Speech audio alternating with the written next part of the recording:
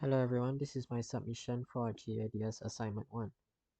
I'll be reviewing two 2.5D mobile games, Parkour Forever and Vikings 2, both Archer's progenies. Parkour Forever is a casual arcade game with simple controls as well as a lot of action and destruction elements. For the objective, traditionally the player obtains a high score by surviving the longest time or traveling the furthest distance in a single run. The game records the best scores you obtain on a vehicle. However, the real objective is to unlock the whole game. There is no in-game currency to spend unlike many other games. The progression is tracked by the levels and cars you unlock by completing certain milestones. These milestones can vary, examples being picking 10 power-ups in a certain level. Tapping the right-hand side of the screen steers your car clockwise, whereas tapping the left steers your car counterclockwise. While tapping and holding one side of the screen, you can tap and hold the other side of the screen to brake harder and turn the car at a steeper angle. It is a barely noticeable feature but allows for higher level gameplay. The player can also double tap the screen to trigger their power-up if they collect one. For the mechanics, the player obtains a random power-up around every 10 seconds. Each power-up has its own quirk and utility, ranging between destroying everything on the screen or simply leaving puddles of blue. Although their usefulness is dependent on chance, power-ups greatly increase survivability and helps the player reach their milestones. Enemy vehicles can be destroyed by crashing into environment objects or other vehicles. The player can outmaneuver the enemies to clear incoming waves.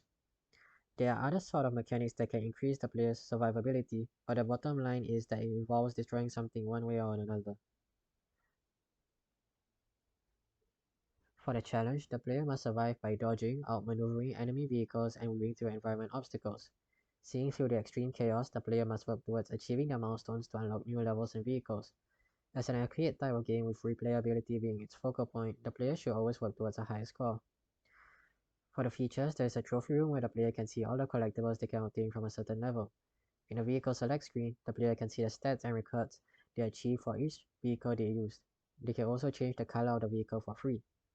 In the level select screen, the player can see the total stars they've earned from each level.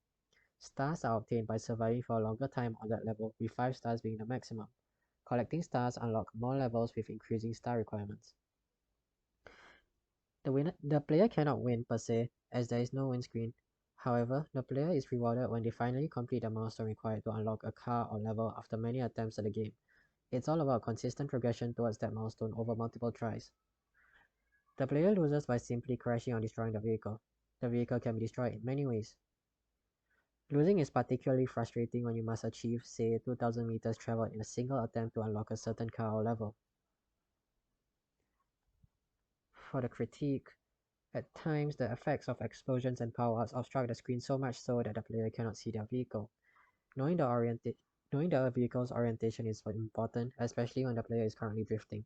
Thus, the player unknowingly runs into something and loses. This problem may be solved by adding an outline around the vehicle that is visible through any effect or object. Since this is a mobile game, the game plays in a vertical phone screen resolution. This limits the player's vision of the map, and they cannot see far beyond the left and right sides of the screen. Of course, the player can play the game on a tablet with a more squarish resolution for more vision, but it tells us that the design of the game is severely limited by the player's hardware. Some effects of this problem can be mitigated by adding arrows or flashing police lights at the edges of the screen to warn the player of incoming police cars. When the player wants to make small adjustments during a drift, they are likely to tap the screen repeatedly. The game perceives the input as a double tap and applies the power-up. This is a design flaw because the player may want to save their power-up for the right moment but instead triggers it unintentionally. To fix this, the input to trigger the power-up can be switched from a double tap input to a swipe input instead. When enemy vehicles are spawning on the map, they have a period of invulnerability indicated by their transparent appearance. I think the purpose of this feature is to prevent the enemies from immediately getting destroyed if they spawn on obstacles. However, it undermines player experience. For example, the player generally travels in one direction away from the spawn point to score a higher distance. As they travel, fresh obstacles spawn in their way which they must maneuver through because there are usually a swarm of enemies behind them. But imagine this, some flashing transparent police car comes barreling towards you from the front, phasing through trees and rocks before finally materializing inches from your face and ending your run. This problem can be fixed by removing the feature entirely or coordinate vehicles to spawn away from environment objects. Let's move on to Vikings 2. Vikings 2 is is an idle arcade game with its simple controls, repetitive gameplay, and passive currency generation. For the objective, the player must progress through stages in the game which increase in difficulty.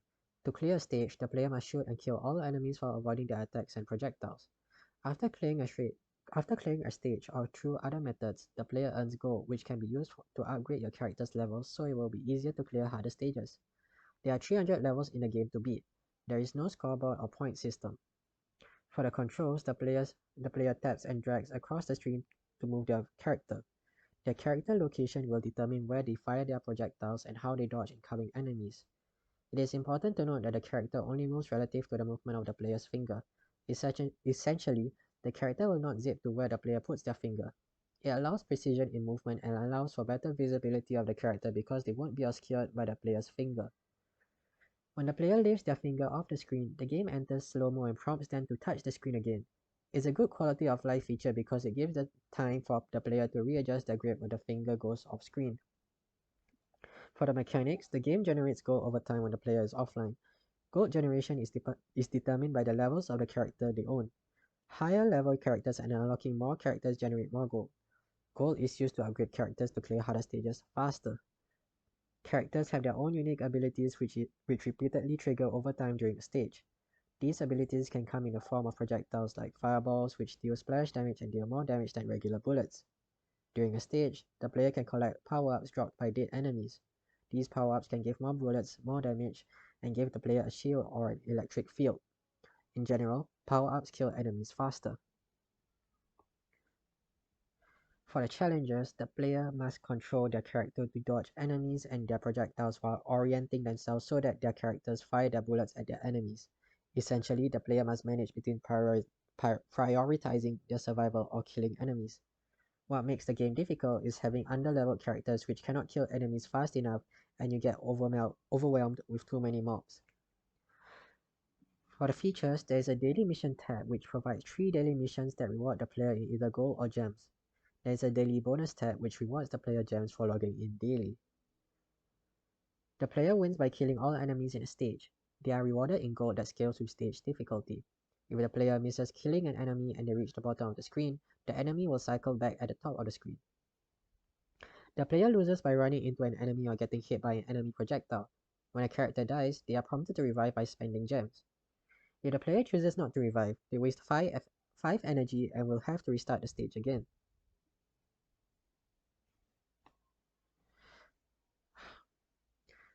The current power-ups the player has is off to the side, with a radial bar that shows its duration. The small size of the power-up UI, along with a cyan or white color palette, makes it very hard to see. Each character has an ability which activates every few seconds, but there is no indication of its cooldown like a bar. To solve these, the UI for active power-ups and character abilities will be localized at the bottom of the screen for better clarity, and to minimize the narrowness of the game's map if the UI elements were off to the side. The hitboxes for the character sprites and the fireball are not properly defined. This is due to the angle of the game's camera, where it's not directly facing the ground but at an angle. The perspective makes it slightly confusing for the player to determine what does and does not hit their character. As an easy fix for this, while retaining the camera perspective, is by properly defining a shadow for every sprite, which will be their hitbox. The idle aspect overwhelms active gameplay. When the player comes back to play and collect their generated gold, they immediately spend it on upgrading their characters and start clearing stages. The player becomes overleveled in comparison to the difficulty of the stages from where they left off previously. As such, they spend 5 energy every time sweeping stages until they run out of energy and have to wait again. Therefore, the energy system and fixed states difficulty creates terrible pacing for the game. There is barely any resource management because gold is solely used for upgrading your character's levels. The player only has to manage balancing between character levels. There should be other features that cost gold, for example extra abilities to upgrade for each character, perks, or limited time buffs that the player can spend on.